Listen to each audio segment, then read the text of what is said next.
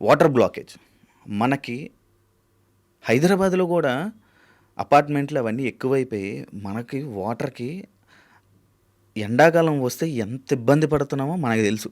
Water ట్యాంకులని కానీ లేకపోతే ఇవని అలాంటి వాటర్ని పాకిస్తాన్కి బ్లాకేజ్ చేసామన్నమాట మనం. అంటే అది ఇంకెంత దారుణమో చూడండి. దాని గురించి నేను క్లారిటీగా కూడా మీకు ఇప్పుడు చెప్తున్నా. ఇది యాక్చువల్గా 1960లో అంటే మనకి దాదాపుగా 64 సంవత్సరాలు అనుకుంటా. అప్పుడు పీస్ కోసం అంటే 2 దేశాలు పీస్ కోసం ఈ ఒప్పందం అనేది అప్పుడు రాసుకున్నారు. ఏమని? మన సింధు జలాలు లైక్ మన వాటర్ని ఇండస్ వాటర్ ట్రీటీ అనేది ఏదైతే ఉందో అది మనం ముందే రాసుకున్నాం అన్నమాట. అంటే ఈ పీస్ కోసం మనం వాటర్ పంపించడం ఇలాంటివన్నీ జరుగుతున్నాయి. అయితే వాటర్ బ్లాకేజ్ మన ఇండస్ రివర్ని రెండు భాగాలుగా విడదీసామన్నమాట. ఒకటి ఈస్టర్న్ రివర్, వెస్టర్న్ రివర్. ఏదైతే ఈస్టర్న్ రివర్ ఉందో అది మనకి, ఇంకోటి వెస్టర్న్ రివర్ ఏదైతే ఉందో అది పాకిస్తాన్ వాళ్ళకి. ఇది కూడా ఎందుకు డివైడ్ చేశామంటే పీస్ కోసం.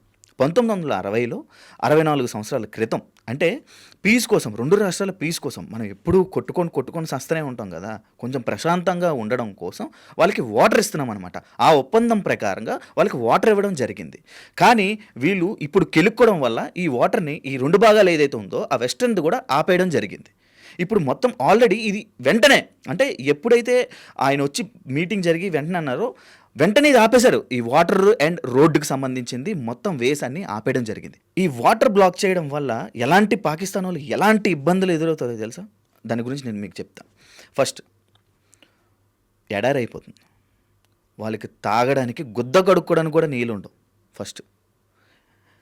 రెండోది, వాళ్ళ జంతువులు లేకపోతే పంటలు ఇలాంటివన్నీ ఉంటాయి, వాటికి వాటర్ ఉండదు. ఇంకా వాళ్ళ భూములన్నీ ఎడారైపోతుంటాయి. అప్పుడప్పుడు మనకి వర్షాలు పడకపోతే భూములు బద్దలైపోయి చూపించి నన్ను న్యూస్లో చూపిస్తుంటారు చూసా, ఆ విధంగా అయిపోద్ది అనమాట. అంటే ఇంకా దాని గురించి తలుచుకుంటేనే ఎలా ఉంటుందో మీరు ఊహించుకోండి. మీ ఊహకే వదిలేస్తున్నాను. అలాంటిది మెయిన్ వాటరే వదిలేస్తున్నాను. అండ్ అక్కడ పవర్ కట్లు, ఇంకా వాళ్ళు ఎలక్ట్రానిక్స్ కానీ ఏవి వాడుకోవడానికి కూడా ఉండదు. అంటే వాళ్ళ పరిస్థితులు ఇంకా వాళ్ళకే ఊహలకే వదిలేస్తున్నాం అనమాట. అలా బ్లాకేజ్ చేసాం, వాటర్ని బ్లాకేజ్ చేయడం జరిగింది.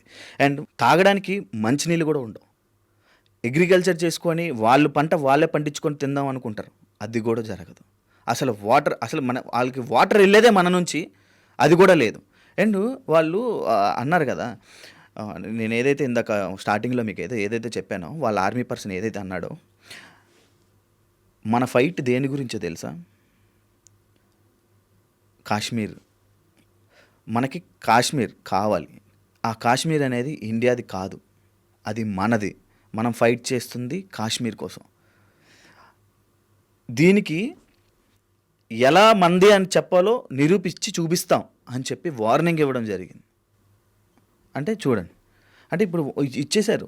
వాళ్ళు ఏదో చేసేద్దాం, ఏదో పీకేద్దాం అని అనుకుంటున్నారు, కానీ ఏం చేయలేరు. ఇప్పుడు ఏం చేసాం మనం? ఈ దెబ్బకి మనం ఈ వాటరు, ఈ ఏదైతే వీసాలు, ఈ దీనికి ఏదైతే రోడ్లు, మన నుంచి వాళ్ళకి కూరగాయలు కానీ లేకపోతే రోడ్స్ ఏదైతే మనకి రోడ్డు వే ఉందో ఆ బార్డరు, ఆ బార్డర్ని ఏమంటారంటే అటరీ వాగా బార్డర్ అనేది ఒక బార్డర్ ఉంది మనకి. అంటే వాళ్ళ నుంచి మనకి, మన నుంచి వాళ్ళు వెళ్తూ ఉంటారు అనమాట. లేకపోతే మన నుంచి కూరగాయలు కానీ లేకపోతే నిత్యావసర ఇవన్నీ ఈ ఆన్ రోడ్ నుంచి వెళ్తుంటే అవన్నీ బ్లాక్ చేశారనమాట. ఆ బార్డర్ని కూడా బ్లాక్ చేయడం జరిగింది. ఇవన్నీ వెంటనే జరిగిపోయి దీనివల్ల కూడా వాళ్ళకి నష్టాలు ఉన్నాయి. ఇవన్నీ జరుగుతున్నాయి. అయితే ఈ రోడ్డు బ్లాక్ చేయడం వల్ల ఇది ఏదైతే ఈ బార్డర్ ఏదైతే అటారీ వాగ్ బార్డర్ ఉందో ఆ బార్డర్ని క్లోజ్ చేయడం వల్ల మన నుంచి వెళ్ళే నిత్యావసరాలన్నీ ఆగిపోవడం జరుగుతుంది.